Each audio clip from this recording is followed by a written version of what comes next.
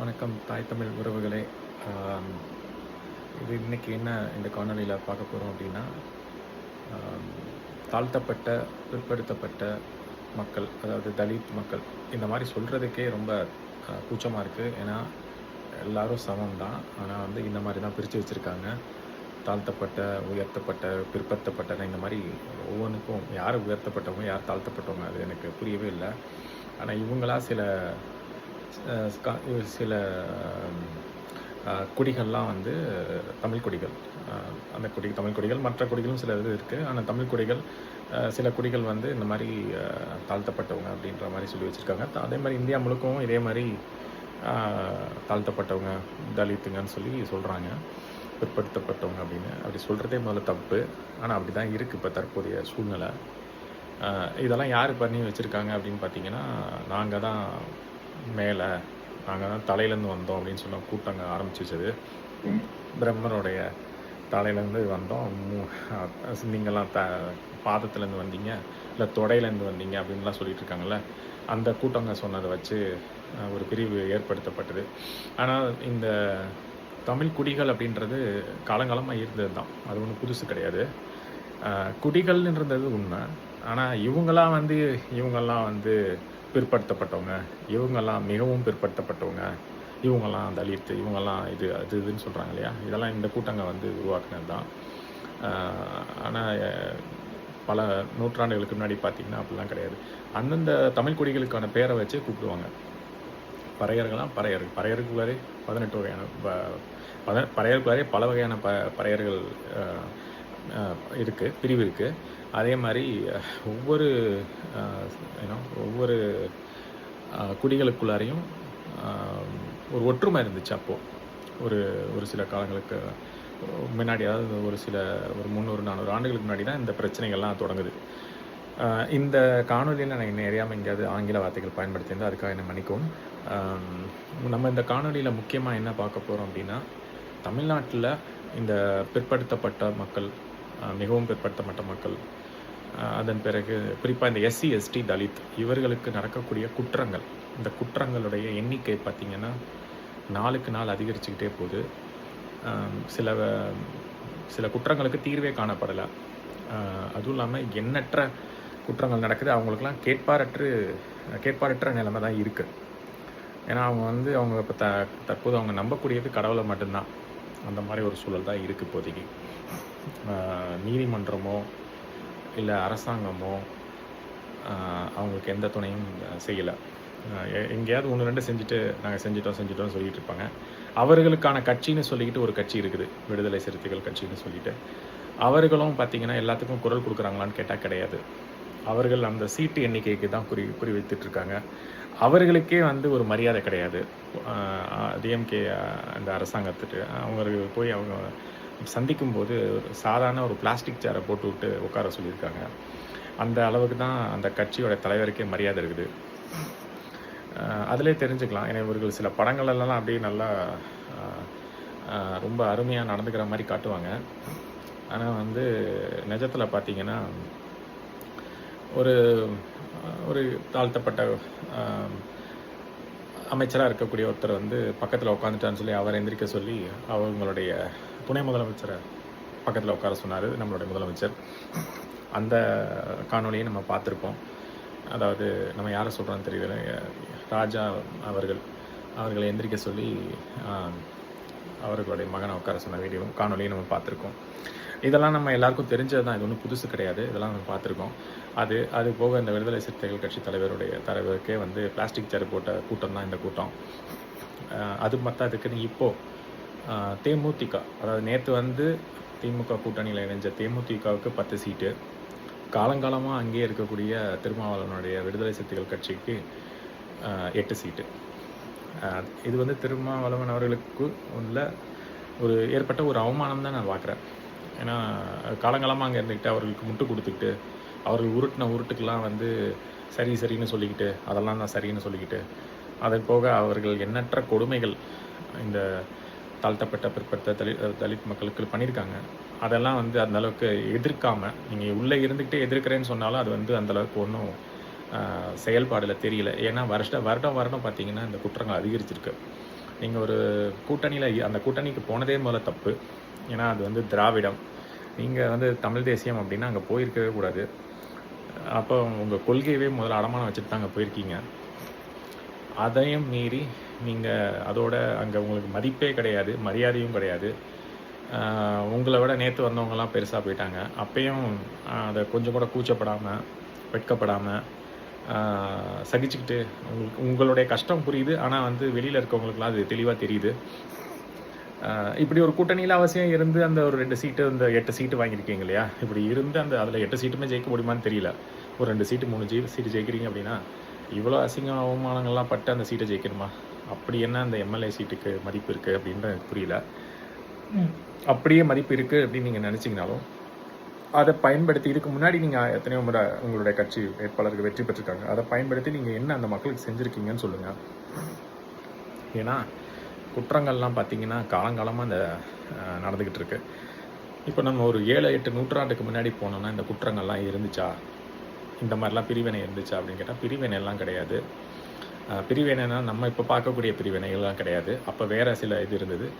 ஆனால் அதில் முக்கியமாக பார்க்க போனால் இந்த மக்கள்லாம் ஒற்றுமையாக தான் இருந்தாங்க. இந்த பிரிவினையெல்லாம் எப்போ அதிகமாகுது அப்படின்னா ஒரு 15ஆம் நூற்றாண்டு போல், 16ஆம் நூற்றாண்டு டைமில், இந்த காலகட்டத்தில் ஒரு கூட்டம் வருது. அந்த பக்கம் ஆந்திராவிலேருந்து இங்கே ஒரு கூட்டம் வருது. விஜயநகர பேரரசர்கள்னு சொல்லிட்டு ஒரு கூட்டம் வருது உள்ள. அவர்கள் வந்ததுக்கப்புறம் என்ன பண்ணுறாங்க, முதல்ல இங்கே இருக்க மக்கள்கிட்ட இருந்த நிலத்தை பிடுங்குறாங்க. ஏன்னா அவங்க வரும்போது ஒன்றும் இல்லாமல் தான் வராங்க. படையெடுத்துகிட்டு வராங்க, அவ்வளோதான். வரும்போது இங்கே இருக்கிற போர் புரியுறாங்க. இங்கே இருக்கிற மக்கள்கிட்ட நிலத்தை பிடுங்குறாங்க. நிலம் நம்மக்கிட்ட தான் இருந்தது, அதை நீங்கள் புரிஞ்சுக்கணும். அவங்க வரையில் சும்மா தான் வராங்க. ஏன்னா அவங்களுக்கு இந்த மண்ணுக்கு சம்மந்தமே கிடையாது.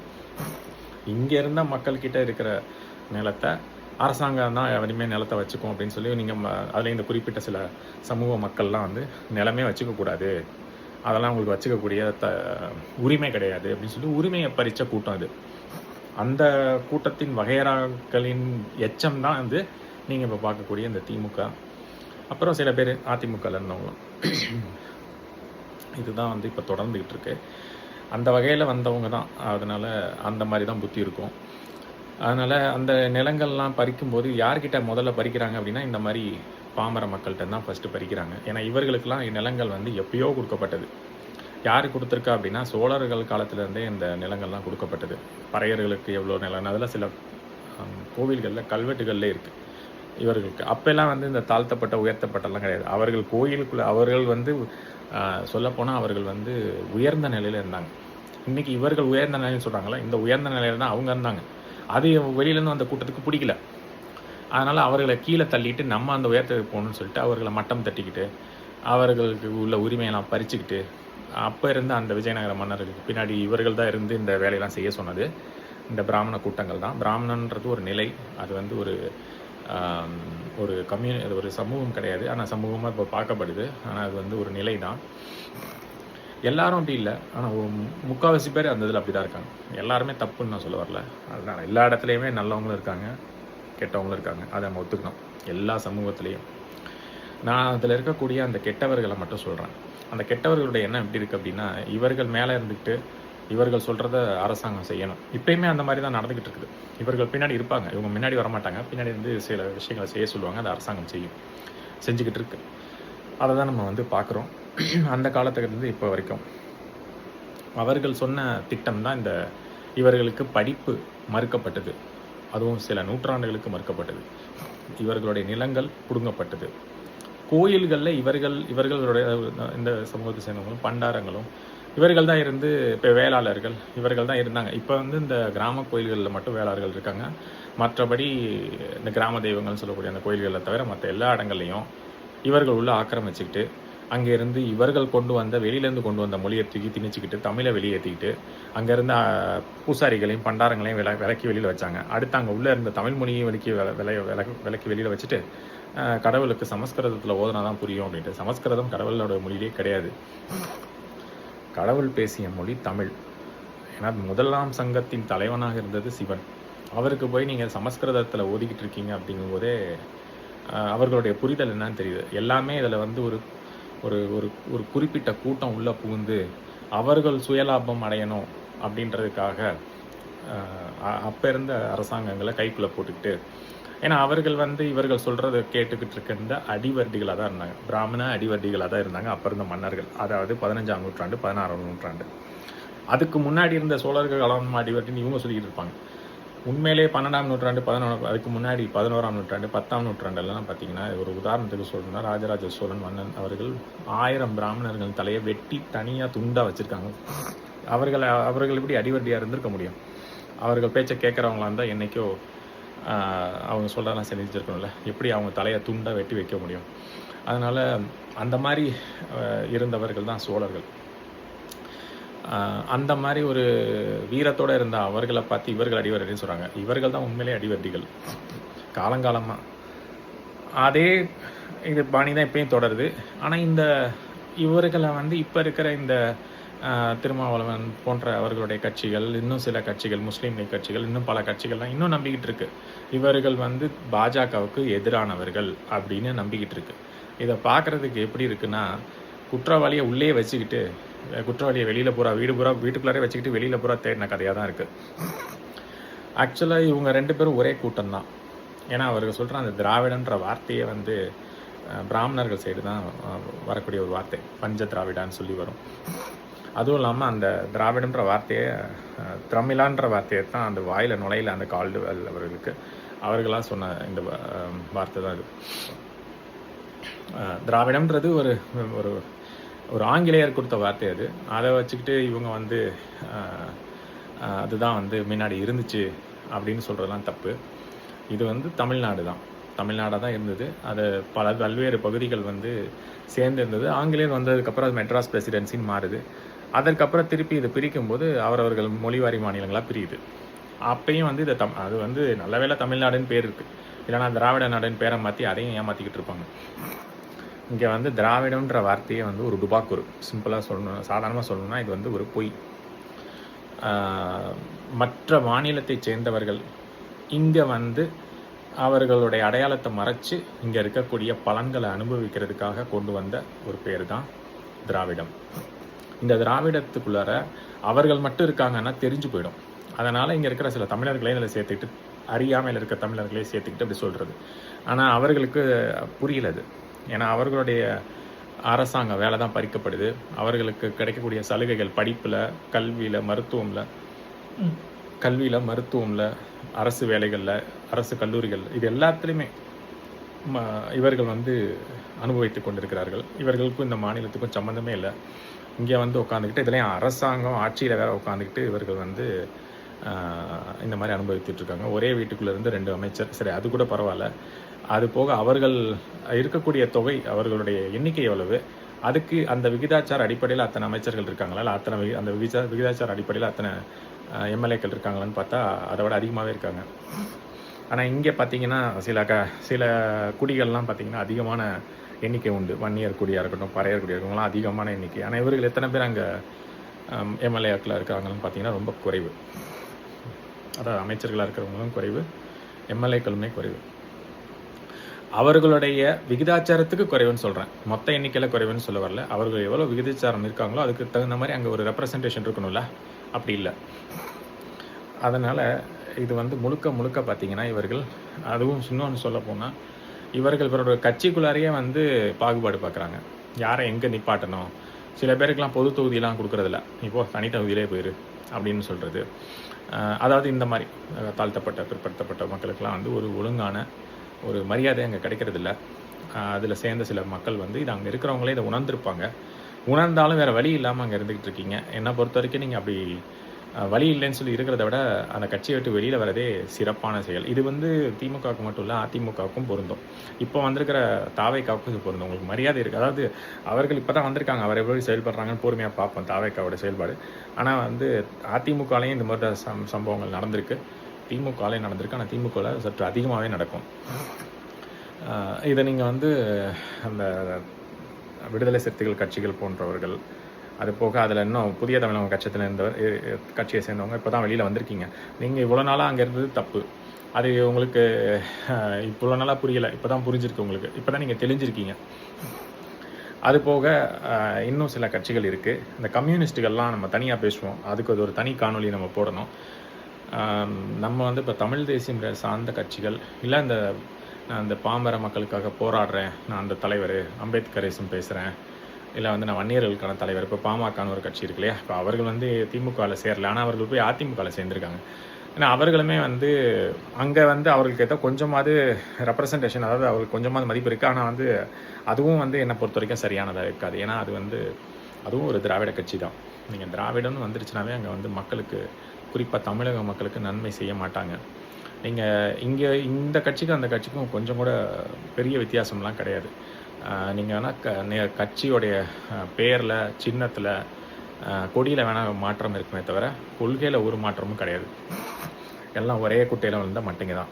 அதனால் நீங்கள் இங்கே சேர்ந்தாலும் சரி, அங்கே போய் சேர்ந்தாலும் சரி, ரெண்டுமே தமிழர்களுக்கு விரோதமான செயல் தான். இப்போ நம்ம இந்த எஸ்சி, எஸ்டி, தலித் இவர்களுக்கு எதிரான குற்றங்கள் எக்கச்சக்கமாக நடக்குது. நம்மளும் பல குற்றங்கள் பார்த்துட்டோம். நாங்குநேரியில் பார்த்தீங்கன்னா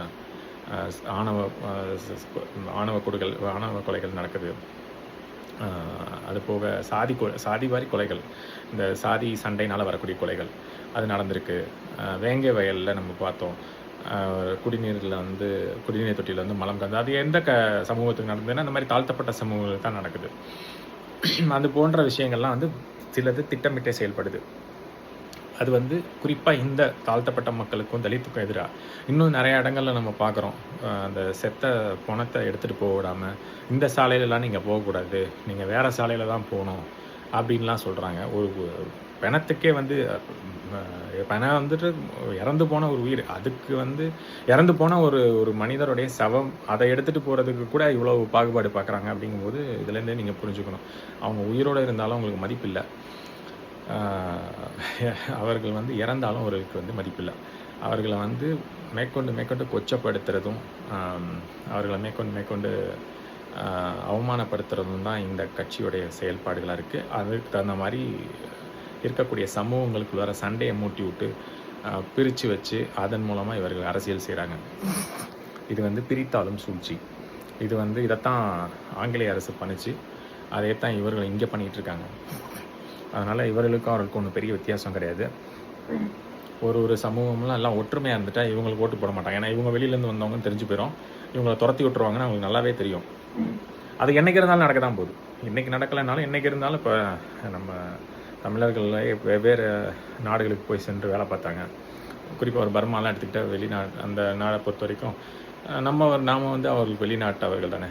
அங்கே வந்து நம்ம தொழில் பண்ணோம், சம்பாதிச்சோம், செழிப்பாக இருந்தோம். அதை அவன் பார்க்குறான், நம்மலாம் என்ன கஷ்டப்பட்டுருக்கோம், இவங்க வெளியிலேருந்து வந்து நல்லா இருக்காங்களே அப்படின்னு சொல்லிட்டு ஒரு நாள் போர் வந்தது. போர் வந்து சண்டையில் அங்கே இருந்த மக்களெல்லாம் துரத்தி விட்டு அப்புறம் அவர்கள் எல்லாத்தையும் ஆக்கிரமித்தார்கள். அதே ஒரு நிலைமை இந்த திராவிட கூட்டங்களுக்கு வரும், ஒரு நாள் வரும். அது வெகு தூரத்தில் ஒன்றும் இல்லை. அந்த நிலைமைக்கு அதை நோக்கி தான் போயிட்டுருக்கு தமிழகம். ஏன்னா அது ஒரு நாள், இப்போ நம்ம பார்த்தோம் இலங்கையில் என்ன நடந்துச்சு, பங்களாதேஷில் என்ன நடந்துச்சு, பாகிஸ்தானில் என்ன நடக்குது. பாகிஸ்தான் நடந்தோட பங்களாதேஷும் இலங்கையும் நமக்கு வந்து தெரியும் இந்த பொருளாதாரத்தில் எப்படி பாதிக்கப்பட்டுச்சுன்னு. தமிழகமும் பொருளாதாரத்தில் மோசமாக பாதிக்கப்பட்டு போய் கொண்டிருக்கு. அதுக்கு இவர்கள் வாங்கக்கூடிய அந்த கடனுக்கு அவர் கட்டக்கூடிய வட்டி, அது போக மேற்கொண்டு இலவச திட்டங்களை அறிவிச்சு மேற்கொண்டு கடன் வாங்குறாங்க. அப்போ ஒரு நாள் திவால் ஆகும். அப்போ மக்கள் கொந்தளிப்பு, எல்லாமே விலைவாசி ஏற்று போகும்போது ஒரு நாள் மிகப்பெரிய கொந்தளிப்பு நடக்கும். அன்னைக்கு அடித்து துரத்தப்படுவார்கள். அதுக்கப்புறம் தான் அவர்கள் வந்து வரும்போது டிக்கெட் எடுக்காமல் ட்ரெயினில் புகை வண்டியில் வந்திருக்காங்க. போகையில் நம்ம கௌரவமாக டிக்கெட் எடுத்து அவர்களை அனுப்பிச்சி வச்சுருவோம். அதுதான் சரியாக இருக்கும். ஆனால் அந்த நாள் என்னைக்கு அப்படின்றது நமக்கு தெரியல. அது கூடிய சீக்கிரம் தமிழக மக்கள் அதற்கான தேதியை குறிப்பாங்கன்னு நான் நினைக்கிறேன். அது போக முக்கியமாக நம்ம இன்றைக்கி பார்க்க வேண்டியது இந்த குற்றங்கள், எண்ணற்ற குற்றங்கள். இன்னும் நம்ம இந்த தருமபுரி, இந்த மதுரை, திருநெல்வேலி, தூத்துக்குடி, இங்கெல்லாம் பார்த்தீங்க, திருநெல்வேலி, தூத்துக்குடி, இங்கெல்லாம் அதிகமான ஆணவ படுகொலைகள், சாதி சண்டைகள் இதெல்லாம் நிறைய நடக்குது. அது சின்ன சின்ன பசங்க, படிக்கிற பசங்க கூட இந்த பிரச்சனைகள் வருது. பள்ளிக்கூடத்திலே நம்ம பார்க்குறோம், ஒரு பையன் வந்து தவறாக நடந்துக்கிறான், அந்த மாதிரி கத்தியை வச்சுக்கிட்டு. அதை ஒரு முதலமைச்சரே போய் அங்கே சரி பண்ண வேண்டிய சூழல். அவர் வந்து நேராக போய் பார்த்து இந்த பேசியிருக்கிறாரு. அது அன்னைக்கு பண்ணலைனாலும் அப்புறம் போய் பார்த்துருக்காரு. அந்த மாதிரி சம்பவங்கள்லாம் அதிகமாக நடக்குது. இதற்கெல்லாம் காரணம் என்ன அப்படின்னா, இவர்கள் இந்த சாதிகளுக்குள்ளார ஏற்படுத்தக்கூடிய இந்த சண்டைகள், ஒரு சின்ன சின்ன விஷயங்கள கூட ஊதி பெருசாக்கி பகையை வளர்க்குறது. இத அவர்கள் புரிந்து கொள்ளவில்லை. இந்த 2 அந்த சமூகங்களுக்குள்ள இப்போ 2 சமூகங்களா அங்கங்க நெறைய சமூகங்கள் சண்டைகள் இருக்கு. நம்ம அந்த மேல்பாத்தியில திரௌபதி அம்மன் கோயில், அந்த கோயில்ல திறக்கக்கூடாதுன்னு ஒரு சமூகம் சொல்லுது. திறக்கணும்னு இன்னொரு சமூகம். இந்த திறக்கணும்னா நாங்க மட்டும் தான் போவோம்னு ஒரு சமூகம். இல்ல இவங்களும் வருவாங்கன்னு இன்னொரு சமூகம் சொல்லுது. இதனால அங்க சண்டை. இந்த மாரி சண்டைய வச்சுட்டு கோயிலே இவங்க என்ன பண்ணிக்கணும், சண்டைய சரி பண்ணிட்டு நாங்க இருக்கிறோம் அரசாங்கம், நாங்க பார்த்துக்கிறோம், நீங்க 2 பேருமே போய் வழிபடுங்கன்னு சொன்னா அது அரசாங்கம். சண்டை வந்துரும் அப்படின்னு சொல்லிட்டு கோயிலை மூடிட்டு போனது தான் அரசாங்கம். இந்த அரசாங்கம், திமுக அரசாங்கம். இவன் என்ன பண்ணியிருக்கணும், பிரச்சனை இருக்குது அப்படின்னா நான் வந்து பிரச்சனையை சரி பண்ணுறேன், நான் போலீஸ் பாதுகாப்பு கொடுக்குறேன், நீங்கள் 2 பேருமே போய் வழிபடுங்க, உங்களுக்கும் உரிமை இருக்குது அவங்களுக்கும் உரிமை இருக்குது. கோயில் ஒருத்தருக்கு மட்டும் சொந்தம் இல்லை இல்லையா, அவர்கள் மட்டும் கட்டியிருந்தால் அது வேறு மாதிரி. இது வந்து பொதுவான ஒரு கோயிலாக இருக்கிறனால யார் வேணாலும் வந்து வழிபடலாம். அதுதான் வந்து அதாவது அந்த கோயிலுக்கு வழிபடுறதுக்கு உரிமை அவங்களுக்கு 2 சமூகத்துக்குமே உண்டு. இவர்கள் என்ன பண்ணியிருக்கணும், ஒருத்தர் வந்து இன்னொருத்தருக்கு சண்டையாகுது அப்படிங்கும்போது இவர்கள் பாதுகாப்பு கொடுத்துருக்கணும், போலீஸ் பாதுகாப்பு கொடுத்து காவல்துறை கட்டுப்பாட்டில் அது இருந்திருக்கணும். இவர் எல்லாருமே சமமாக போய் வழிபட்டுருக்கணும். இவர்கள் என்ன பண்ணாங்க, சண்டை வருதுன்னு சொல்லி கோயில் இழுத்து மூடிட்டு கோயிலை திறக்காமல் இருக்காங்க. இதுதான் இவர்களுடைய நிர்வாக திறமை. அந்த அளவுக்கு கேவலமாக இருக்குது அப்படின்றது இதுலேருந்து தெரியுது. இது போக ஏகப்பட்ட குற்றங்கள் நடந்திருக்கலாம். இன்றைக்கி வரைக்கும் அந்த வேங்க வேலையில் யார் இந்த வேலையை பண்ணான்றது கண்டுபிடிக்கல. ஏன்னா இவங்க சொல்லி நடந்திருக்கலாம், இல்லை இவங்களுக்கு தெரிஞ்ச ஆளுங்க பண்ணியிருக்கலாம். அதனால தான் இவ்வளோ நாள் கண்டுக்காமே இருக்காங்க. ஏன்னா தெரிஞ்ச வேற யாராவது பண்ணியிருந்தால் இந்நேரம் பிடிச்சிருப்பாங்கல்ல. ஆனால் இவர்கள் சொல்லி நடந்திருந்தால் அந்த மாதிரி அந்த அந்த அந்த அந்த வழக்கு அதற்கு மேலே அப்படியே நகராமே அப்படியே இருக்கும். இல்லை இவர்கள் வேண்டப்பட்ட ஆளுகள் செஞ்சிருந்தாவோ அந்த நேரங்களே இப்படி இருக்கும். அது நமக்கு எல்லாம் ரெண்டு கட்சிகளும் ஒன்றுக்கு ஒன்று சளைச்சதில்லை. இந்த மாதிரி வேலைகள் தான் செய்யும். அவர்கள் ஆளுகள்னால் ஒரு மாதிரி, எதிராளுகள்னால் வேறு மாதிரி பண்ணக்கூடிய ஆட்கள் தான் அவர்கள். அதனால் அது இந்த மாதிரி நிறைய ஆணவ படுகொலைகள் தடுக்கிறதுக்கு இவர்கள் என்ன திட்டத்தை வச்சுருக்காங்க, அதில் ஏதாவது அறிவிச்சாங்களா, இத்தனை ஆணவ படுகொலைகள் நடந்திருக்கு, நாங்கள் அதை தடுக்கிறதுக்கு இந்த மாதிரி திட்டங்கள் வச்சுருக்கோம் அப்படின்னு? ஒன்றும் கிடையாது. இந்த அறிவிப்பில் ஒன்றும் கிடையாது. இவங்க சொல்கிறதெல்லாம் இந்த 8000 கூப்பனு, இந்த மற்ற ஆகவரி புகவரி தான் சொல்லிட்டு இருப்பாங்க. அந்த கூப்பனில் வச்சு என்ன வாங்குறது, அது அந்த பணம் எல்லாத்துக்கும் பத்துமா? நீங்கள் அதை வச்சு AC, refrigerator, fridge, washing machine, oven எல்லாம் வாங்கிடுவீங்களா? அதனால் இவர்கள் இந்த மாதிரி குற்றங்களை தடுக்கிறதுக்கு நான் இந்த சட்டம் வச்சுருக்கேன், இல்லை திட்டம் வச்சுருக்கேன், எதுவுமே அதை பற்றி குறிப்பிடவே இல்லை. மேற்கொண்டு அதை அதிகப்படுத்திக்கிட்டு இருக்காங்க. நீங்கள் நல்லா பார்த்தீங்கன்னா இந்த குற்றங்களுக்கெல்லாம் பின்னாடி இந்த சாதி பாகுபாடு அப்படின்னு ஒன்று இருக்குது. அதுக்காக சாதிகள் இருக்கக்கூடாதுன்னு நான் சொல்லலை. இவர்கள் இப்படி பிரச்சனைகளை கொண்டாந்துட்டு மொத்தமாக ஒழிச்சு விடணும்னு நினச்சாங்கன்னா அதில் என்ன ஒரு கெட்ட விஷயம் இருக்குது அப்படின்னா, இவர்கள் யார் நாம யாருன்னு தெரியாமல் போயிடும். அந்த வேலையை தான் இப்போ ஏற்கனவே பேருக்கு பின்னாடி உங்களுடைய சமூகத்தின் பேரை தூக்குங்கன்னு சொல்லிட்டு இவர்கள்லாம் வெளியிலேருந்து வந்திருக்காங்க இல்லையா, இவர்கள் இங்கே வந்திருக்கவங்க இவங்கெல்லாம் அந்த பேரை வச்சே நம்ம கண்டுபிடிச்சிடும் முழு பேர். இவர்கள்லாம் வேறு மாநிலத்தில் இருக்கும்போது அந்த பேரை வச்சுப்பாங்க. இந்த மாநிலத்துக்குள்ள இருக்கும்போது பார்த்தீங்கன்னா பேர் பின்னாடி போட்டுக்க மாட்டாங்க. அவர்களுடைய குடிப்பேர்களை போட்டால் தெரிஞ்சு போயிடும்ல. அதனால் அவர்கள் யாருன்னு தெரியாமல் இருக்கணும். அவர்கள் மட்டும் போடாமல் இருந்து நம்ம போட்டுக்கிட்டு இருந்தோம்னா அப்போ போடாதவங்கலாம் அவன் ஆளுன்னு தெரிஞ்சு போயிடும். அதனால் என்ன பண்ணுறாங்க, இங்கே இருக்கவங்களும் அதை போடாமல் இருக்கணும், அதுதான் வந்து நல்ல விஷயன்ற மாதிரி ஒரு அஜெண்டா பரப்பப்பட்டு எல்லாருமே சமூக பேரை போடக்கூடாதுன்ற மாதிரி ஒரு சூழ்நிலை வந்து நிற்குது. இப்போ இதில் யார் அவன் யார் நம்மன்றது இப்போ நம்ம சாதி சான்றல் வாங்கி பார்த்தா தான் தெரியும். அந்த மாதிரி ஒரு சூழலில் கொண்டாந்து வச்சுருக்காங்க. இதுக்கு பின்னாடி இருக்கக்கூடிய சூழ்ச்சி என்னென்னா, இவர்கள் அனுபவிக்கக்கூடிய அந்த விஷயங்கள் நமக்கு தெரிஞ்சிடக்கூடாது அப்படின்றது தான். அந்த சூழ்ச்சி தான் இதுக்கு பின்னாடி இருக்குது. அது மட்டும் இல்லாமல் இவர்கள் வந்து எல்லா இடத்துலையும், அரசாங்கத்தாக இருக்கட்டும், எல்லா இடத்துலையும் இவர்கள் சலுகைகள் அனுபவிக்கணும். இவர்கள் ஆட்கள் வந்து ஆஞ்சுக்கிட்டு இருக்கணும். இங்கே இருக்கவங்க எல்லாம் வந்து கீழே இருக்கணுன்றதான் இவங்க மனநிலை. இந்த மனநிலை தான் அந்த மன்னர்கள் காலத்தில் பின்னாடி இருந்து வேலை செஞ்ச அந்த பிராமண கூட்டத்தினுடைய எண்ணமாக இருந்தது. இப்போயும் இவங்க ஆண்டுகிட்டு இருந்தாலும் பின்னாடி அந்த கூட்டங்கள் தான் வந்து இயக்கிக்கிட்டு இருக்கு. இந்த நிலை வெகு சீக்கிரமாக மாறும். தமிழ் தேசிய ஆட்சி ஆரம்பிக்கும் போது இவங்க சொல்கிறதெல்லாம் எவனும் கேட்க மாட்டாங்க. அந்த டைமில் அந்த நேரங்களில் வந்து பார்த்திங்கன்னா இவர்கள் அடித்து துரத்தப்படுவார்கள், இல்லை இவர்களே கிளம்பிடுவாங்க வேறு வழி இல்லாமல். ரெண்டில் ஏதாவது ஒன்று நடக்கும் மக்களால். ஏன்னா நம்ம எத்தனை இடத்துல பார்க்குறோம். அதனால் மக்களே ஒரு நாள் அதை செய்வாங்க. நம்ம இதை சொல்லணும்னு அவசியம் இல்லை. அவர்களே நான் இதை அதை செய்யணும்னு நான் எதுவுமே சொல்லலை. ஆனால் நம்ம சுற்றி நடக்கக்கூடிய மாநிலங்களில் நடக்கிறத பார்க்குறோம். அங்கே என்ன நடக்குதுன்னு அதை பார்க்கும்போது இந்த மாதிரி கடன் வாங்கி திவாலாகிய பல நாடுகள் இருக்குது. அவர்கள் வந்து மக்களுக்கு சரியான திட்டங்களை செய்யாமல் மக்களை வந்து இந்த மாதிரி கொடுங்கோன்மை ஆட்சி நடத்துனாங்கன்னா என்ன நடக்கும் அப்படின்றத நம்ம பார்த்துருக்கோம். அப்போ இங்கேயும் அந்த மாதிரி தான் நடந்துக்கிட்டு இருக்கு. இங்கே வந்து சலுகைகள் நாங்கள் அதை கொடுக்குறோம் இதை கொடுக்குறோன்னு சொன்னாலும் இங்கே நடந்திருக்கக்கூடிய விஷயங்கள்லாம் பார்த்திங்கன்னா குப்பைகள் அதிகமாகுது, சாதிய வன்கொடுமைகள் அதிகமாகுது, நீர்நிலைகள் காணாமல் போகுது. இங்கே வந்து கடன் அதிகமாகிக்கிட்டே போகுது. திட்டங்கள்னு சொல்லி கொடுக்குற இலவசங்கள்னால மேற்கொண்டு கடன் இன்னும் அதிகமாகுது, வட்டி அதிகமாகுது. வேலை குறைஞ்சிக்கிட்டே போகுது. இவங்க கூடுதுன்னு சொன்னாலும் உண்மையிலே வேலை நிறைய பேரை தூக்கிக்கிட்டு தான் இருக்காங்க. அது ஒன்று. அதுக்கு மேலே வந்து இங்கே இருக்கக்கூடிய மக்களுக்கு கிடைக்க வேண்டிய நியாயமான உரிமைகளும் சலுகைகளும் மறுக்கப்படுது, இல்லை தடுக்கப்படுது. இன்னும் இங்கே அந்த அந்த தலித் மக்களுக்கு, அந்த எஸ்சி எஸ்டி மக்களுக்கு வந்து அந்த தொகையை இந்த அரசாங்கம் 7,000 கோடியை திருப்பி அனுப்பியிருக்குது.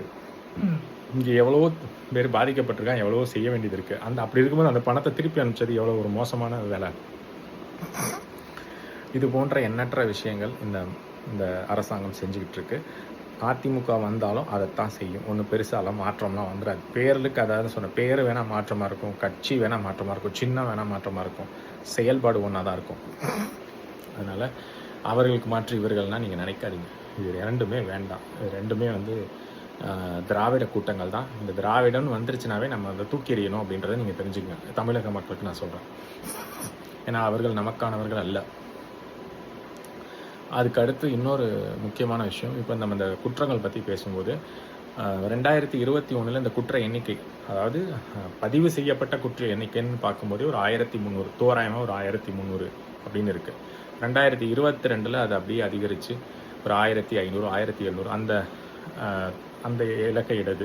அதாவது 1300 இருந்தது. இவங்க அடுத்த வருஷமே ஒரு 300-400 கேஸ் இன்னும் அதிகமாகி 1700 கேஸ் வந்து 2022 மட்டும் ரிப்போர்ட் பண்ணப்பட்டிருக்கு. அந்த 1300 இல்லாமல். அதுக்கடுத்து 2023 எடுத்து பார்த்தோம்னா அது இன்னும் அதிகரிச்சிருக்கு. 1921 கேஸ் வந்து அதாவது வழக்குகள் வந்து பதிவாயிருக்கு. 2021 எவ்வளவு? 1300 தோராயமாக சொல்கிறேன் நான். அடுத்து 2022 1500 to 1700. ஆனால் அதே இது வந்து நீங்கள் 2023 எடுத்துக்கிட்டிங்கன்னா 1921.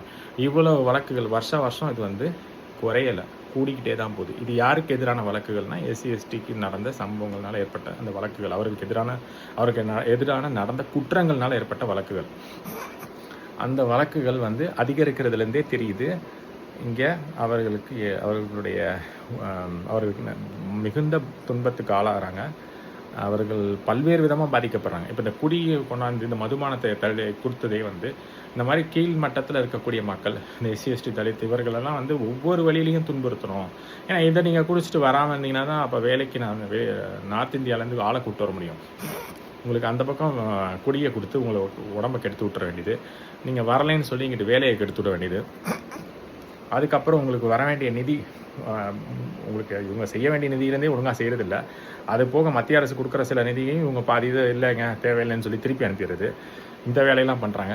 அதுக்கப்புறம் ரொம்ப முக்கியமாக பஞ்சமி நிலங்கள். இந்த பஞ்சமி நிலங்கள் வந்து 12.5 லட்சம் ஏக்கர். இந்த 12.5 லட்சம் ஏக்கரில் ஆல்ரெடி 10 லட்சம் ஏக்கர் ஆக்கிரமிப்பு செஞ்சுட்டாங்க. அதுவும் வந்து அடாவடியாக, யாரும் விருப்பப்பட்டு கொடுக்கறத விட இவங்க அடாவடியாக கொடுங்க. அது யாருக்கும் திருப்பி விற்கக்கூடாது. அந்த பிரிட்டிஷ் அரசாங்கம் சொன்னது என்ன அப்படின்னா, இது வேறு யாருக்கும் கைமாற்றி கொடுக்கக்கூடாது, யாருக்கும் விற்கக்கூடாது, இது தலித்துக்கு சொந்தமான இடங்கள் அப்படின்ற மாதிரி சொல்கிறாங்க. ஸோ அப்படி இருக்கும்போது அதை எப்படி இன்னொருத்தர் பேருக்கு போச்சு? அதை யார் வாங்கினவெல்லாம் யாருன்னு பார்த்தா ஒரு ஜமீன்தார் மாதிரி ஒரு நிலம் அபகரிச்சிருக்காங்க. ஆக்சுவலாக லேண்ட்லார்டுன்னு சொல்லி அபகரித்து, அதாவது ஒரு குறிப்பிட்ட கூட்டம் இவர்களை குறி வச்சு இந்த நிலங்களை பிடிங்கிருக்கு. இந்த அவங்களுடைய அதிகாரத்தை பயன்படுத்தி, அதிகாரத்தை துஷ்பிரயோகம் பண்ணி, இல்லை அதிகாரத்தில் இருக்கவங்களுடைய அந்த ஆளுகையால் அவர்கள் சொல்லி அதன் பிறகு பிடுங்கப்பட்ட நிலங்கள் 8 லட்சத்துலேருந்து 10 லட்சம் தோராயமாக இருக்கும். 2.5 லட்சம் நிலங்கள் தான் இவங்க கையில் இருக்குது. மிச்சம் பூரா பிடுங்கியாச்சு. இவர்கள் திருப்பி அதை எடுக்கிறோன்னு சொல்லி சொல்கிறதெல்லாம் வந்து கண் துடைப்பு மாதிரி தான் தெரியுது. அது அந்த அளவுக்கு நடந்த மாதிரி தெரியல. உண்மையிலே பார்க்க போனால் இவர்கள் இந்த மக்களுக்கு உண்மையிலே நல்லது செய்கிறவங்களா இருந்தால் இந்த நிலங்களை நேரம் திருப்பி மீட்டெடுத்து இவர்கள்ட்ட கொடுத்துருக்கணும். ஆனால் இவர்கள் என்ன பண்ணுறாங்கன்னா அதை அப்படியே கண்டும் காணாத மாதிரி போயிட்டுருக்காங்க. இந்த நிலங்களை மீட்டெடுக்க வேண்டியது ஒரு கடமை. ஒரு சில கட்சிகளை நாங்கள் அதை மீட்டெடுப்போம் அப்படின்னு சொல்லுது. பெரும்பான்மையான கட்சிகள் அது பேசவே இல்லை. முக்கியமாக சொல்லக்கூடிய கட்சிகள்லாம் அதை பற்றி பெருசாக பேசலை. ஒரு சில கட்சிகள் அதை பற்றி பேசியிருக்குது. இதை நாங்கள் வந்து வந்தால் ஆட்சிக்கு வந்து அதை நாங்கள் மீட்டு கொடுப்போம் அப்படின்னு. இதுக்கு முன்னாடி நாங்கள் செய்கிறோம்னு சொல்லி சில பேர் சொன்னவங்கலாம் வந்து செஞ்ச மாதிரி தெரியல. இது அப்படியே தான் இந்த பிரச்சனை தொடர்ந்துக்கிட்டு இருக்குது. ரொம்ப காலமாகவே இந்த பிரச்சனை தொடர்ந்துக்கிட்டு இருக்கு. அவர்களுக்குன்னு உரிய நிலங்கள் அவர்கள்ட்ட தான் இருக்கணும். அதுக்கு முன்னாடி இந்த அரசாங்கம் இதுக்கப்புறம் யாரும் இதை வந்து மாற்றவோ விற்கவோ கூடாதுன்னு சொல்லி தான் சட்டம் போட்டு போயிருக்குது. அதை மதிக்கிறதும் கிடையாது. இப்போ இருக்க ஆட்சி நம்மளது ஆட்சி தானே அப்படின்ற மாதிரி ஒரு எண்ணத்தில் சில பேர் இந்த வேலைகள்லாம் செய்கிறாங்க. இதுக்கு முன்னாடி இந்த அரசாங்கமும் அதை தான் செஞ்சுது. அதனால் இவர்கள் மட்டும் தான் செஞ்சாங்கலாம் சொல்ல வரல. 2 பேரும் சேர்ந்து இந்த 50, 60 ஆண்டு காலமாக யார் ஆட்சி செய்தாலும் அவர்கள் தான் காரணம். அவர்கள் தான் எல்லா பிரச்சனைக்கும் காரணம். அதனால் அந்த வகையில் பார்க்கும்போது இந்த நிலங்கள்லாம் பறி போயிருக்குது. அவர்களுக்கு அந்த எஸ்எஸ்டி தலித் அவர்களுக்கான அந்த குற்றங்கள் அதிகரிச்சிருக்குது. இன்னும் பல வழியில் அந்த இன்னும் சொல்லப்போனால் ஆந்திராவில் 20 பேர் இந்த மரம் வெட்ட போனாங்கன்னு சொல்லிட்டு வெட்ட போனவங்கள சுட்டு கொண்டுருக்காங்க 20 பேரை. ஏன்னா அந்த வெட்ட சொன்னவன் வந்து அவன் ஆளுங்கன்றனால அவனை வெட்டிட்டீங்க. ஆனால் இங்கேருந்து போன அந்த ஆட்களை மட்டும் கொண்டிருக்காங்க. இது எவ்வளோ பெரிய புத்திசாலித்தனம், இதில் எவ்வளோ பெரிய பாரபட்சத்தனம் பாருங்கள். சுடும்போது அவனையும் சேர்த்துல சுட்டுருக்கணும். அவன் தானே வர சொல்லி மரம் வெட்டுறதுக்கு வாங்கன்னு சொன்னாங்க. இவங்க வேலைக்கு போனவங்க. அதை திருட்டுத்தனமாக இல்லீகலாக செஞ்சவன் அவன் ஒரு தெலுங்கு முதலாளி. இப்போ அவரை தானே நீங்கள் வந்து இப்போ முதல்ல குறி வச்சு கைது பண்ணியிருக்கணும். அவரை விட்டுட்டு இவங்களை பிடிச்சி சுட்டிருக்கீங்க. அதனால் தப்பு செய்கிறவனை விட்டுட்டு யாரோ வேலைக்கும் கூலிக்கும் போனவங்களை பிடிச்சி சுட்டிருக்கீங்க. இதுலேருந்தே தெரியுது உங்களுடைய பாரபட்சம். இது போன்ற வழக்குகள்லாம் வந்து இப்போ மூடிடுச்சுன்னு நினைக்க வேண்டாம். திரும்ப இது போன்ற வழக்குகள்லாம் திறக்கப்படும். இது மூடிடுச்சுன்னு மூடினதெல்லாம் இல்லை. எத்தனை ஆண்டுகளாக இருந்தாலும் இந்த போன்ற வழக்குகள் திரும்ப திறக்கப்படும். அதை பற்றி பேசப்படும். அது ஒரு உண்மையான குற்றவாளிகள் தண்டிக்கப்படுவார்கள். எந்த வழக்குகள்லாம் முடிஞ்சதாகவே இருக்காது. திரும்ப சில வழக்குகள் திறக்கப்படும். அதற்கான நேரம் வரும்போது நடக்கும். அது போக அதுக்கப்புறம் நம்ம இன்னொரு முக்கியமான விஷயம் என்ன அப்படின்னா, இது மட்டும் இல்லை, இன்னும் நிறைய சொல்லப்போனால் ஒரு கற்பழிப்புகள் நடக்குது. இந்த மாதிரி தாழ்த்தப்பட்ட மக்கள், இந்த மாதிரி மக்களுக்கெல்லாம் அவங்களுக்கெல்லாம் குரல் கொடுக்குறதுக்கு ஆளே இல்லை. அது நம்ம சில இடங்களில் அவர்கள் மேலே இல்லாத பொல்லாத வழக்குகள்லாம் போட்டு ஃபைல் பண்ணுறாங்க காவல்துறை. இதுவும் நடக்குது. அவர்கள் வந்து ஒரு அவர்களுக்கு ஒரு துணை இல்லை. அதாவது எப்படி சொல்கிறதுன்னா, அவர்களுக்கு ஒரு அதிகாரம் இல்லை, அவர்களுக்காக குரல் கொடுக்க ஆள் இல்லை. அப்படின்றனால எண்ணற்ற பிரச்சனைகளை அவர்கள் சந்திக்கிறாங்க பல்வேறு வழிகளில். இதில் அவர்களுக்கு கிடைக்கக்கூடிய இந்த சலுகைகளை வந்து சில பேர் இவங்களுக்கு மட்டும் இவ்வளோ கிடைக்குது, அவ்வளோ அதில் கூட அவங்களுக்கு பிடிக்கல. இந்த 18% இருந்ததையும் பிடுங்கி 15% ஆக்கி 3% பிடுங்கி அருந்ததியருக்கு கொடுத்துருக்காங்க. அதுவும் இந்த டிஎம்கே ஆட்சியில் தான் நடந்தது. இவங்களுக்கே இருக்கிறதே கம்மி, இவர்கள் எண்ணிக்கை அதிகம். இவர்கள் இருக்கிறது வந்து இவர்கள்ட்ட இருக்கிறத பிடுங்கி நீ வந்து 3% வந்து அருந்ததியருக்கு கொடுக்குற. வேறு எதுலேருந்து எடுத்து கொடுக்க வேண்டியதானே? இது போன்ற எண்ணற்ற விஷயங்கள் நடக்குது. இது எல்லாத்தையுமே வந்து சரி செய்யணும் அப்படின்னு சொன்னால் இதற்கு குரல் கொடுக்குறேன்னு சொல்லி சில கட்சிகள் இருக்குது பார்த்தீங்களா, அது அவர்கள்கிட்டே போய் ஐக்கியமாக இருக்குது. அப்படியே போய் அறிவாலயத்தில் ஐக்கியமாயிருச்சு. அப்புறம் எங்கிட்ட அறிவு இருக்கும்.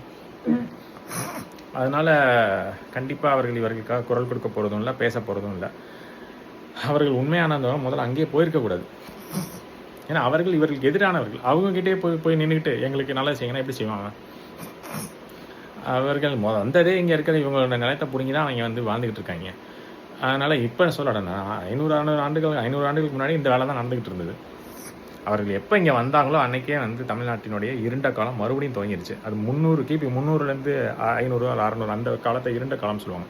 அதே மாதிரி 1300லேருந்து இந்த 2000 வரைக்கும் நடந்த இந்த காலமும் ஒரு இருண்ட காலம் தான். அது திரும்ப அது வெளியே போகணும்னா அதற்கு முன்னாடி இருந்த ஆட்சிகள் திரும்ப இங்கே வரணும். அப்போ தான் இவர்கள் வெளியே போவார்கள். அதுக்கான நேரமும் நடக்கும். அது வரும்போது சரியான நேரம் வரும்போது நடக்கும். அதே மாதிரி இந்த சில வழக்குகள்லாம் மூடப்பட்டது விட்டது அவ்வளோதான் அப்படின்லாம் நினைக்க வேணாம். இந்த வழக்குகள்லாம் திரும்ப திறக்கப்படும். எதெல்லாம் தவறாக நடந்திருக்குதோ அது குறிப்பிட்ட வழக்குகள் மீண்டும் திறக்கப்படும் நேரம் வரும்போது அது நடக்கும். அப்போ அதற்கான தண்டனையும் கிடைக்கும். அது வரைக்கும் நம்ம செய்ய வேண்டியது என்னென்னா, சரியான ஆளை பார்த்து வாக்களிக்கிறது நம்மளுடைய கடமை. அதே மாதிரி நல்ல தலைவரை தேர்ந்தெடுக்கணும். சும்மா வரவன் போகிறவனெல்லாம் கொண்டாந்து முதலமைச்சரை உட்கார வச்சா இப்படி தான் நடக்கும். வெளியிலிருந்து வந்து குடியேறியவர்களை நம்மவர்கள் இல்லாத ஒருத்தரை கொண்டு போய் முதலமைச்சரை உட்கார வச்சிங்க அப்படின்னா இது போன்ற குற்றங்கள் இன்னும் அதிகமாக தான் நடக்குமே தவிர குறையாது. அவர்களுக்கு இந்த மண்ணை பற்றியும் கவலை இல்லை, இந்த மக்களை பற்றியும் கவலை இல்லை. இங்கே இருக்கிற இந்த குப்பைகளெல்லாம் வழி பண்ணுவோம் அது எண்ணம் இல்லை. பல பக்கத்து மாநிலத்திலேருந்து கொண்டாந்து மருத்துவ கழிவுகளை இங்கே கொண்டாந்து கொட்டிக்கிட்டு இருக்கிறான் கேரளாலேருந்து. அதெல்லாம் கண்டு காணாமல் இருக்காங்க. அவன் வந்து கன்னியாகுமரியில் கொண்டு போய் அங்கே இருக்கிற கன்னியாகுமரியில் இருக்க மலைகளை உடச்சி கொண்டு போயிட்டுருக்கான். ஆனால் அங்கேருந்து மருத்துவ கழிவுகளை கொண்டாந்து இங்கே கொட்டிக்கிட்டு இருக்கான். அவன் ஊரில் மாநிலத்தில் கேரளாலெல்லாம் மலைகள் இல்லையா, அங்கேயே உடச்சிக்க வேண்டியதானே? அதான் கேட்பாரற்று கிடக்கு. அதான் சொல்லப்போனால் தமிழ்நாடு வந்து ஒரு கேட்பாரற்று கிடக்கு. ஏன்னா இந்த மாநிலத்தை சேர்ந்தவங்க ஆளலை. அதான் காரணம். இவங்களுக்கு கமிஷனை வாங்கிட்டு கையெழுத்து போட்டால் முடிஞ்சு போச்சு அப்படின்னு இருக்காங்க எல்லா திட்டங்களுக்கும். ஆனால் உண்மையிலே இங்கே நடக்கக்கூடியது என்ன அப்படின்னா, எண்ணற்ற பிரச்சனைகள் எல்லா வழியிலையும் நடக்குது. அதை வந்து தமிழக மக்களாகி நாம் பார்த்துட்ருக்கோம். உரிமைகள் பறிபோகுது, நிலங்கள் பறிபோகுது, வளங்கள் பறிபோகுது. அது போக இந்த மாதிரி சில மக்களின் உயிரும் பறிபோகுது, சில பெண்களின் கற்பும் பறிபோகுது. இது போன்ற எண்ணற்ற குற்றங்கள் இங்கே நடக்குது. இவர்கள் 2 பேருமே இனிமேல் ஆட்சிக்கே வரக்கூடாதுன்ற அளவுக்கு நீங்கள் வந்து செயல்படணும். கொஞ்சம் கொஞ்சமாக இவர்கள் கூட்டத்தில் இருக்கவங்க வெளியில் வர்றது தான் சரி. அதுதான் உண்மையான சரியான இதாக இருக்கும். தமிழர்களாகிய நாம் வெளியில் வர்றது தான் சரியாக இருக்கும். அவர்கள் கூட்டத்தை சேர்ந்தவங்க அவர்கள் கூட்டத்தில் நல்லவனோ கெட்டவனோ அவங்க கூட்டத்தில் இருந்துட்டு போட்டோம், அதை பற்றி நமக்கு கவலை கிடையாது. தமிழர்கள் அனைவரும் இந்த போன்ற கட்சிகள் இருந்தீங்கன்னா அது வந்து உங்களுக்கு நீங்களே வந்து உங்கள் மேலே நீங்கள் மண்ணள்ளி போட்டுக்கிற மாதிரியும், உங்கள் தலையில் நீங்களே மண்ணை வாரி போட்டுக்கிறதும், உங்கள் குடும்பத்துக்கும் சேர்த்து நீங்கள் குழி தோன்றீங்கன்றதை மீண்டும் பதிவு பண்ணுறேன். உங்களுக்கு மட்டும் நீங்கள் குழி தோன்றல, உங்கள் சந்ததியினருக்கும் சேர்த்து குழி தோன்றீங்க. சீக்கிரமாக மேலே போய் சேர்றதுக்கு நீங்கள் இந்த மாதிரி வேலை செய்கிறீங்க. நீங்கள் மட்டும் இல்லை, ஒட்டுமொத்த தமிழினத்தையுமே அழிக்கிறதுக்காக நீங்கள் செய்கிறீங்கன்றது தான் அதோட அர்த்தம். அதனால் இவர்கள் கட்சியில் இருக்கக்கூடிய தமிழர்கள் அனைவரும் விழித்து கொண்டு இது நமக்கான கட்சி இல்லை என்பதை புரிந்து கொண்டு அது போன்ற கட்சிகளிலிருந்து வெளியே வர வேண்டும் அப்படின்றது தான் என்னோடய கோரிக்கை. இந்த தேர்தலில் மட்டும் இல்லை, எந்த தேர்தலாக இருந்தாலுமே சரியான தலைவர் யாருன்னு தேர்ந்தெடுக்காமல் வரவும் போனதுக்கெலாம் ஓட்டு போட்டிங்கன்னா இதான் நடக்கும். யார் தமிழர்ன்றதை பார்த்து அவருங்க செய்வாங்களா இல்லையான்றதை பார்த்து தான் நீங்கள் ஓட்டே போடணும். தமிழர் இல்லாதவங்களெல்லாம் கொண்டாந்து இங்கே முதலமைச்சர் ஆக்குனீங்க அப்படின்னு சொன்னால் அது வந்து உங்களுக்கு நன்மையை அளிக்காது. அதை தான் நீங்கள் பல வருடங்களாக பார்த்துட்ருக்கீங்க. குற்றங்கள் ஏன் அதிகரிக்குது அப்படின்னா அவர்கள் இனத்தை சேர்ந்தவங்களாக இருந்தால் அது மனசில் வலிச்சிருக்கும். யாரோ ஒருத்தன் அப்படின்ற எண்ணத்தில் இருக்கிற ஒருத்தருக்கு எப்படி வலிக்கும்? இதே அவரோட மாநிலத்தில் போய் ஆண்டுகிட்டு இருக்கும்போது இது போன்ற சம்பவங்கள் நடந்தாவோ இல்லை அவர் வீட்டை சேர்ந்தவங்க நடந்திருந்தாவோ அவருக்கு வலிச்சிருக்கலாம். அவருக்கு வந்து ஒரு மாற்றாந்தோட்டத்து மல்லிகை மாதிரி தான் அது. அதனால் அவர் அப்படி தான் அந்த கண்ணோட்டத்திலாம் பார்ப்பாங்க. அதனால் நீங்கள் தான் புரிஞ்சுக்கணும். அவங்க அப்படி நடந்துக்கிறதுல ஒன்றும் பெரிய வித்தியாசம் இல்லை, பெருசாக அதில் ஒன்றும் ஆச்சரியப்படுறதில்ல. சரி, இப்போது உங்களுக்கு ஓரளவுக்கு புரிஞ்சிருக்கும்னு நினைக்கிறேன். நான் ஏன் வந்து இவர்கள் 2 கட்சிகளுமே வந்து தமிழர்களுக்கு துரோகங்கள் தான் செஞ்சுருக்கு. அவர்கள் துப்பாக்கி சூடு 2017 பண்ணாங்கன்னா இவங்க 1999 தாமிரபரணி ஆற்றுல அந்த வேலையை பண்ணியிருக்காங்க. அதற்கும் முன்னாடி கீழ்வெண்மணியில் ஒரு குற்றம் நடந்தது, நம்ம எல்லாருக்குமே தெரியும். ஒரு 45 கூலி தொழிலாளிகளை கொண்டுட்டுருக்காங்க. அவங்களும் கூலி உயர்வு தான் கேட்டாங்க. அப்பயும் இதே கம்யூனிஸ்ட் கட்சி என்ன சொன்னிச்சு, அவங்க வந்து போராடுறன்ற பேரில் வந்தது. ஆனால் என்ன நடந்தது அப்படின்னு பார்த்தா இவருக்கு திமுக ஆட்சியில் தான் நடந்தது.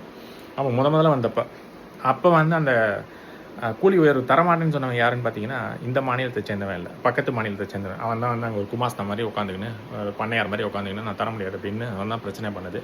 அதுக்கப்புறம் அந்த மக்கள் வந்து போராடினாங்க. அதுக்கப்புறம் அவங்க வந்து தீக்கு இரையாக்கி 45 பேரை கொண்டுட்டாங்க.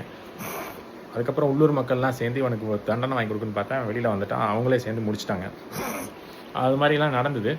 அப்புறம் நீதி அரசாங்கம் வழங்கலை அப்படின்னா இந்த மாதிரி மக்கள் சில சமயம் இந்த மாதிரிலாம் போய் வழங்கிடுறாங்க.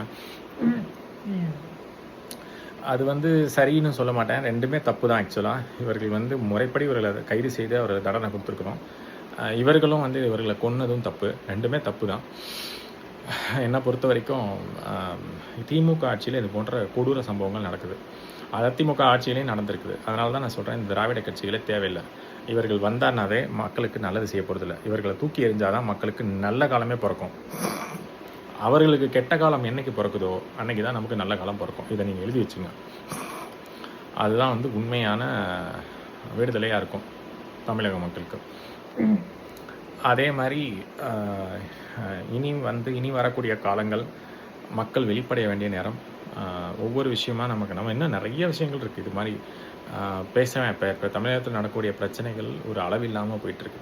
நம்ம இன்றைக்கே நிறையா பிரச்சனைகளை பேசியிருக்கிறோம். இந்த 1999 தாமிரபரணி மசாக்கர்னு சொல்லக்கூடிய இந்த துப்பாக்கி சூடு சம்பவம் பார்த்துருக்கோம். 2017 நடந்த சம்பவம் பார்த்துருக்கோம். அது போக நாங்குநேரி, வேங்கவயல், மேல்பாதி, இப்படி ஏகப்பட்ட பிரச்சனைகள் இருக்குது. இதில் நம்ம பேசுனது கொஞ்சம் தான், இன்னும் ஏகப்பட்ட விஷயங்கள் இருக்குது. அதுபோக சாதிய ஆணவ படுகொலைகள், காவல் நிலைய மரணங்கள், அப்படிலாம் பேசிங்க. அப்புறம் நீட்டு மரணங்கள், இப்படி எக்கச்சக்கமாக இருக்குது. இது போக நம்ம கல்வராயன் மலை அப்படின்னு ஒரு இடத்துல இருக்கக்கூடிய அந்த பிரச்சனையை நம்ம தனி ஒரு காணொலியாக போடணும். அது பேச ஆரம்பித்தா அது ஒரு இன்னும் இது மிக நீளமான காணொலியாக போயிடும்.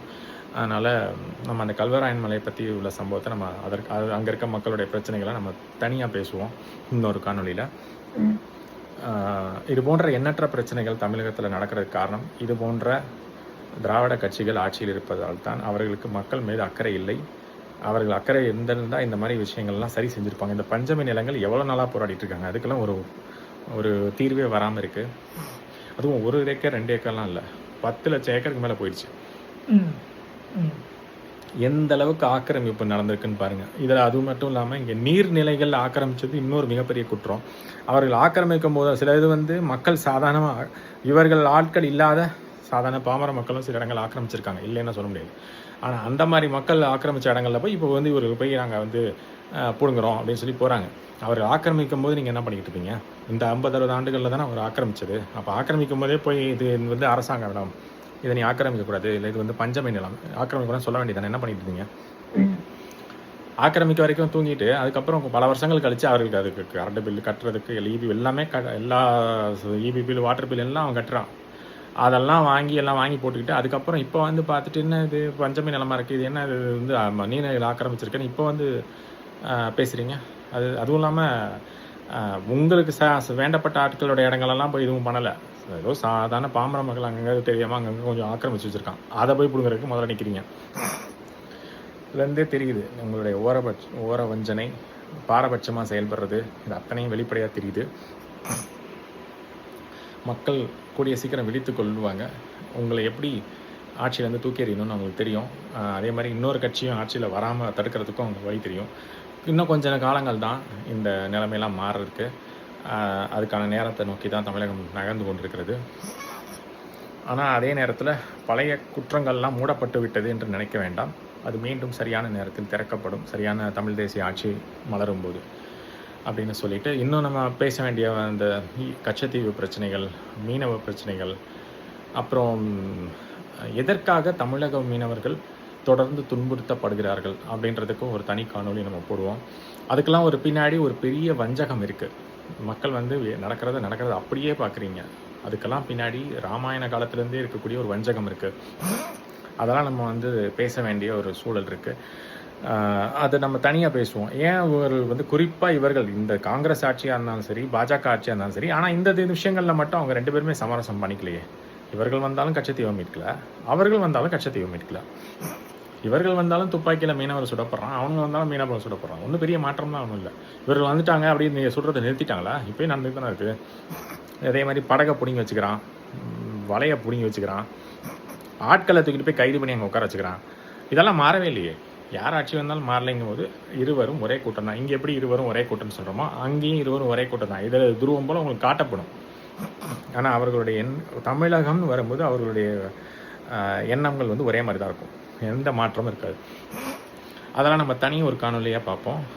அதை பற்றி பேசணும்னா அதுவும் ஒரு நீளமாக போகும் காணொலி. ஸோ நம்ம அதுக்கு தனியாக பேசலாம். இப்போ இந்த காணொலியில் உங்களுக்கு நிறையா தகவல்கள் கிடைச்சிருக்குன்னு நினைக்கிறேன். குறிப்பாக இந்த SC ST தலித் அவர்களுக்கு நடக்கக்கூடிய குற்றங்கள் அதிகமாக இருக்குது, வருடம் அதிகரிக்குது.